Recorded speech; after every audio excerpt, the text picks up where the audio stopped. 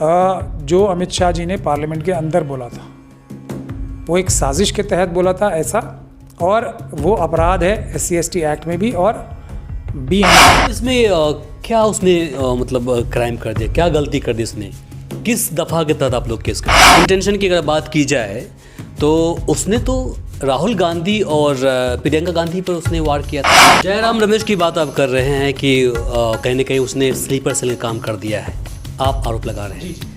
लेकिन सवाल ये है कि अगर किसी भी मुद्दे पर कोई भी, आप ही क्यों ना हो, कोई भी नेता प्रेस कॉन्फ्रेंस करते हैं तो पहले मुद्दा दिखाते हैं। अगर उनके पास विजुअल के माध्यम से जानकारी है, कुछ क्लिप है, आज इस पर बातें करेंगे, तो पहले दिखाते हैं कि देखिए आज का मुद्दा ये है, इस पर हम लोग चर्चा करेंगे। तो अगर उसने दिखा दिया तो कौन सा मतलब उसने साजिश कर दिया? आप देख रहे हैं VR न्यूज, एक नजर सच्चाई की ओर।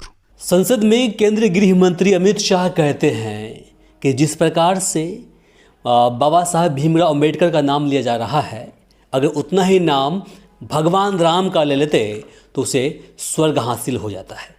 इसी मुद्दे पर, इसके अलावा कई सारे ऐसे मुद्दे हैं जो देश में भी चल रहा है, इसे लेकर हमारे साथ अभी मौजूद है सुप्रीम कोर्ट के अधिवक्ता महमूद पराता साहब। जानते हैं कि आखिर इनकी इस पर क्या प्रतिक्रिया है, क्या कहेंगे सर इस पर? देखिए, पहले तो मैं आपको सवाल में थोड़ी सी चेंज कर दूं फैक्चुअली। एक तो बाबा साहब भीमराव अंबेडकर जो नहीं बोला था अमित शाह जी ने, जो उनका जो अंबेडकर सिर्फ एक शब्द बोला था, और दूसरा उन्होंने भगवान का शब्द बोला था, भगवान राम का शब्द नहीं बोला था। तो ये दोनों आपके सवाल में थोड़ी मुझे चेंज करना पड़ेगा जी। तो अब ये जो बोला था, ये देखा जाए तो अपने आप में हमारे एक मित्र हैं, जानने वाले भी हैं, वकील साहब हैं, वो शेड्यूल कास्ट कम्युनिटी से आते हैं, कोहली समाज से। उन्होंने मुझे अप्रोच किया कि मैं, ये बाबा साहब का अपमान है, ये अपराध है और मैं इसमें FIR दर्ज करना चाहता हूँ, और मुझे उन्होंने अपना वकील बनाया। तो हमने आज जो अमित शाह जी ने पार्लियामेंट के अंदर बोला था वो एक साजिश के तहत बोला था ऐसा, और वो अपराध है SC/ST एक्ट में भी और BNS में भी, यानी कि भारतीय न्याय संहिता के तहत भी अपराध है। उसकी एक complaint police station south Avenue में और DCP साहब जो हैं नई दिल्ली के, उनके पास, और कमिश्नर साहब दिल्ली पुलिस के, उनके पास एक ईमेल के ज़रिए कंप्लेंट की है। कल हम वही कंप्लेंट लेके फिज़िकली बदलिया साहब और मैं जाएंगे पुलिस स्टेशन साउथ एवेन्यू कल 3 बजे दिन में, ताकि हमारी इस पे FIR दर्ज हो सके और हम कानूनी कार्रवाई पुलिस के माध्यम से करा सकें अमित शाह जी के खिलाफ। तो इसमें क्या उसने मतलब क्राइम कर दिया, क्या गलती कर दी उसने, किस दफ़ा के तहत आप लोग केस करेंगे? देखिए, बाबा साहब, अब मैं जल्दी में भी बोल रहा हूँ, जल्दी में बोलूँगा बाबा साहब, ठीक है, बहुत से बोल सकते हैं, और आराम से बोलूँगा तो बाबा साहब डॉक्टर भीमराव अंबेडकर। ये है बाबा साहब को एड्रेस करने का तरीका। कुछ लोग उनके नाम का एक हिस्सा भी लेके बोलते हैं, लेकिन जिस तरीके से बोलते हैं, जैसे अमित शाह जी ने बोला, जिस तरीके से बोला, एक साथ जल्दी बोला, सिर्फ नाम बोला, ना आगे ना पीछे जी, ना आगे बाबा साहब, ना कुछ लगा के बोला, जिस टोन और टेनर से बोला वो बेइज्जती करने वाला था। वो बाबा साहब की बेइज्जती की, जिस हाव भाव के साथ बोला, भाव भंगिमा के साथ बोला, वो बेइज्जती करने वाली थी।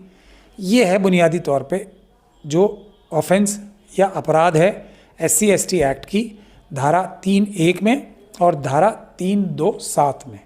ये उनके तहत अपराध है। ये अपराध है क्योंकि साजिश के तहत किया गया था। ये धारा 61 में, धारा 352 और 353 में भारतीय न्याय संहिता की। तो उसी की कंप्लेंट आज की गई। साजिश कहाँ दिख रही है आपको? लेकिन मोदी जी, प्रधानमंत्री जी भी अमित शाह जी के समर्थन में आए हैं, पोस्ट किए हैं, बोल रहे ऐसी कोई बात नहीं बोली उन्होंने। देखिए, ये क्लीन चिट देना प्रधानमंत्री जी का भी अधिकार नहीं है कि ऐसी कोई बात नहीं बोली जिससे बेइज्जती हो। ये काम तो न्यायालय का होता है, लेकिन न्यायालय से पहले एक आपराधिक कंप्लेंट की जाती है, फिर उसकी चार्जशीट फाइल होती है और उसके बाद अदालत के समक्ष मामला आता है। अदालत फैसला करती है कि कोई दोषी है या नहीं है। नहीं, वो ये चीज़ आपसे सर सवाल था कि किस कैटेगरी में आप लोग उसको बांटेंगे कि अपराध फला कैटेगरी का अपराध से नहीं किया है। चूँकि अगर नाम लेने की बातें कर रहे हैं तो आप ही लोग तो हवाला दे रहे संविधान का कि हमारे देश के अंदर अभिव्यक्ति की आज़ादी है, बोलने की आज़ादी है, अगर वो नाम ही तो ले रहे हो, उसने क्या क्राइम कर दिया उसमें? उसी संविधान के तहत SC/ST एक्ट बना है, उसी संविधान के एक्ट के तहत SC/ST act, prevention of atrocities act में ये लिखा हुआ है कि कभी किसी भी जो ऐसी फिगर है जो माननीय है शेड्यूल कास्ट और शेड्यूल ट्राइब कम्युनिटी के लिए, तो उसके विषय में अगर कोई बेइज्जती करता है तो वो एक अपराध है जिसकी सज़ा 5 साल तक है।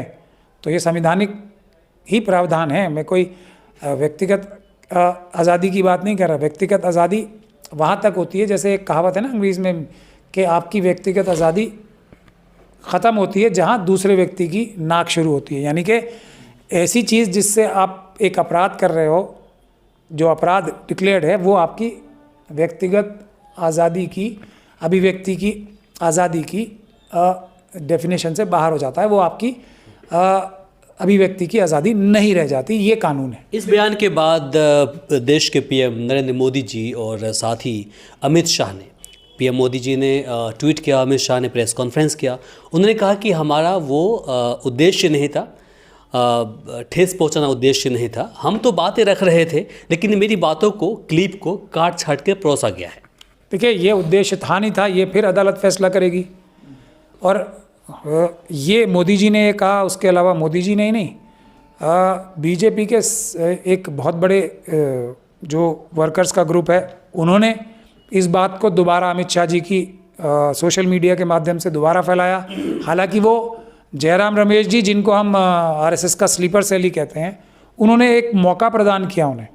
जो प्रेस कॉन्फ्रेंस खड़गे जी की हुई थी ना, उसमें कैसे एक तरीके से खड़गे जी को भी ट्रैप में फंसाने की चेष्टा की जयराम रमेश जी ने, कि प्रेस कॉन्फ्रेंस से पहले अनाउंस किया जयराम रमेश साहब ने कि हम 11 सेकंड की वीडियो चला रहे हैं, आप लोग चाहें तो देख सकते हैं। वो प्रेस कॉन्फ्रेंस कांग्रेस पार्टी की जो खड़गे जी की हुई थी, तो उन्होंने एक बैकग्राउंड नहीं, एक बैकग्राउंड तश्तरी पे तैयार करके दिया बीजेपी को कि आप जो अमित शाह जी ने ये अपराध किया है उसको डाइवर्ट करने के लिए और उसको ये कहने का मौका देने के लिए कि 11 सेकंड की वीडियो क्लिप करके दी है, और क्लिप के आगे भी वो एक कम्युनल शब्द जोड़ रहे हैं जो वो इशारे में करते हैं हर काम।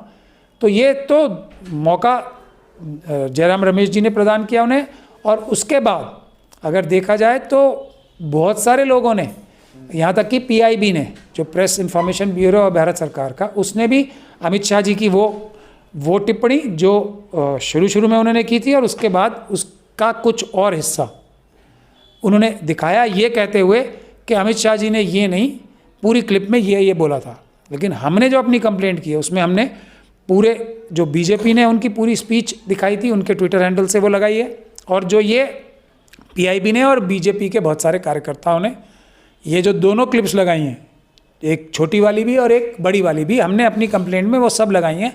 हमारा कहना ये है कि अगर जो कंप्लेंट है उसके लिए सबूत मौजूद हैं, और हमने कोई अपना सबूत नहीं लगाया, बीजेपी के बेसिस पे ही, PIB के बेसिस पे और बीजेपी के ट्विटर हैंडल से ही सारे सबूत लगाए हैं हमने। तो इसमें हमने बिल्कुल ही कानून सम्मत बात की थी। जयराम रमेश जी ने कांग्रेस पार्टी को और खड़गे जी को फंसाने के लिए एक तरीके से प्लेटर पे एक बहाना बीजेपी को दिया था। जयराम रमेश की बात आप कर रहे हैं कि कहीं ना कहीं उसने स्लीपर सेल का काम कर दिया है, आप आरोप लगा रहे हैं। जी। लेकिन सवाल ये है कि अगर किसी भी मुद्दे पर कोई भी, आप ही क्यों ना हो, कोई भी नेता प्रेस कॉन्फ्रेंस करते हैं तो पहले मुद्दा दिखाते हैं। अगर उनके पास विजुअल के माध्यम से जानकारी है, कुछ क्लिप है, आज इस पर बातें करेंगे, तो पहले दिखाते हैं कि देखिए आज का मुद्दा ये है, इस पर हम लोग चर्चा करेंगे। तो अगर उसने दिखा दिया तो कौन सा मतलब उसने साजिश कर दिया? 11 सेकंड बोलना, क्लिप बोलना और फिर पूरी क्लिप ना दिखाना, जिसमें आगे उन्होंने अंबेडकर जी भी बोला है, ये सब इतना कोई छोटा बच्चा नहीं है कोई भी। ये सब जानते हैं कि जानबूझ के उनको मौका दिया ना कि आपने उसकी एडिटिंग की है। ये मौका किसने दिया? बीजेपी ने। आप बताते कि पूरी क्लिप है, ये हम चला रहे हैं, उसमें से ये पोर्शन आप देखिए, और उसमें वो पोर्शन भी दिखाना चाहिए था ना जो बाद में बीजेपी दिखा रही है, वो भी तो कुछ सेकंड का ही है ना। तो उसके बाद जब तक टॉपिक चेंज नहीं हुआ वो दिखा देते तो क्या फ़र्क पड़ जाता। कांग्रेस ने तो लंबी लंबी प्रेजेंटेशन की हैं, आधे पौने घंटे की प्रेजेंटेशंस की हैं, अपने प्रेस कॉन्फ्रेंस में की हैं, लेकिन वो क्लिप काट के ही दिखाना था और फिर उसमें ये इल्ज़ाम लगाना था, जो कि इल्ज़ाम पूरी तरीके से सटीक है। लेकिन बीजेपी को कुछ तो मौका देना था इसको काउंटर करने का, वो जयराम रमेश जी ने दिया है। इंटेंशन की अगर बात किया जाए, हमारा ऐसा इल्ज़ाम है। इंटेंशन की अगर बात की जाए तो उसने तो राहुल गांधी और प्रियंका गांधी पर उसने वार किया था, क्योंकि राहुल गांधी जब भी संसद भवन के अंदर आते हैं या फिर स्पीच देते हैं उससे पहले संविधान को दिखाते हैं, चूमते हैं, अम्बेडकर जी का नाम लेते हैं, साथ ही अगर शपथ ग्रहण करते हैं तो वहाँ भी लेते हैं, प्रियंका जी भी लेती हैं, तो कहीं ना कहीं उन पर कटाक्ष करते उसने किया था, ऐसा बोला था। लेकिन इस चीज़ को कहीं ना कहीं तोड़ मरोड़ को पड़ोस करके कहीं ना कहीं बदनाम की जा रही है, ऐसा उनका आरोप है। नहीं, मैं यही तो कह रहा हूँ, क्या उन्होंने जो जिस तरीके से बोला था, मैंने अभी आपको एक्सप्लेन भी किया जी, वो आप देख लें। क्या उन्होंने क्या बोला है? कुछ लोग, कौन लोग हैं वो? सबसे ज़्यादा तो अम्बेडकरवादी बाबा साहब का नाम लेते हैं, और ये लोग, बाकी सब लोग तो अभी कुछ दिन से ही लेने लगे हैं ना। हम लोग तो सालों साल से बाबा साहब का नाम लेते आए हैं। कांग्रेस को टारगेट कर रहे हैं। और दूसरी बात ये, किसी भी व्यक्ति ने, खुद अमित शाह जी ने भी पार्लियामेंट से बाहर क्या सिर्फ एक पूरे नाम में से एक शब्द का प्रयोग किया है, जो उन्होंने 6-7 बार रिपीट किया जल्दी जल्दी जल्दी, और ऐसे हाथ हिला हिला के? उन्होंने स्वयं भी नहीं किया। उन्हें, क्योंकि ये बात हम इसीलिए इसको कह रहे हैं साजिश थी कि पार्लियामेंट के अंदर क्यों बोला, क्योंकि वहाँ पे कोई कार्रवाई नहीं हो सकती थी। अगर ये शब्द बाहर बोले होते, जैसे उनके साजिश के तहत उन्होंने, जो बहुजन समाज के लोग हैं या अम्बेडकरवादी लोग हैं, उनका टेम्परेचर चेक करने के लिए, क्या बाबा साहब के नाम पे अभी भी लोग उद्वेलित होंगे या नहीं होंगे, उन्होंने फिर अपने बीजेपी के ट्विटर हैंडल से जयराम रमेश जी के साथ मिलके, जो बीजेपी के सारे कार्यकर्ताओं ने, बहुत सारे कार्यकर्ताओं ने, सारे तो नहीं, बहुत सारे कार्यकर्ताओं ने दोनों क्लिप्स चलाई, एक छोटी और एक बड़ी। उसके बाद पीआईबी ने एक छोटी और बड़ी चलाई। वो तो उसी साजिश का हिस्सा था ना कि ये बेइज्जती वाले शब्द जो हैं बार बार लोग सुने। तो इस अपराध को जो पब्लिकली बाद में पार्लियामेंट से बाहर किया, वो तो अपराध है ना। उस साजिश में तो अमित शाह जी भी शामिल हैं, क्योंकि उन्होंने ही प्रेस के माध्यम से भी बोला था ना, प्रेस के साथियों से भी, कि आप वो सच्चाई को दिखाओ दोबारा। तो वो उस अपराध को दोबारा दिखाने की गुजारिश और साजिश, ताकि फर्दर बेइज्जती हो सके बाबा साहब की, वो भी तो अमित शाह जी शामिल हैं उसमें, दूसरे लोग भी शामिल हैं। अब ये सब विषय है इन्वेस्टिगेशन का, और यही हम कह रहे हैं, एफआईआर होनी चाहिए, इस पर निष्पक्ष इन्वेस्टिगेशन होनी चाहिए, फिर निष्पक्ष ट्रायल होना चाहिए। और अगर अमित शाह जी को अदालत पाती है कि नहीं किया अपराध, तो वो बरी होंगे, वरना सजा होगी उन्हें। यही तो भारत का सिस्टम है, यही तो संवैधानिक व्यवस्था है भारत की। चलिए, बहुत बहुत शुक्रिया सर आपका। बहुत बहुत शुक्रिया मुझसे बात। ये थे सुप्रीम कोर्ट के जाने माने अधिवक्ता महमूद प्रताप साहब, जिन्होंने अपनी बातें रखी है। बाकी से लेकर आप क्या सोचते हैं कमेंट बॉक्स में लिखकर ज़रूर बताएं। इस वीडियो को अधिक से अधिक शेयर करें ताकि बाकी लोगों तक जानकारी पहुंच पाए। फिलहाल के लिए मुझे इमरान को दीजिए यहाँ पर इजाज़त। नमस्कार, शब खैर।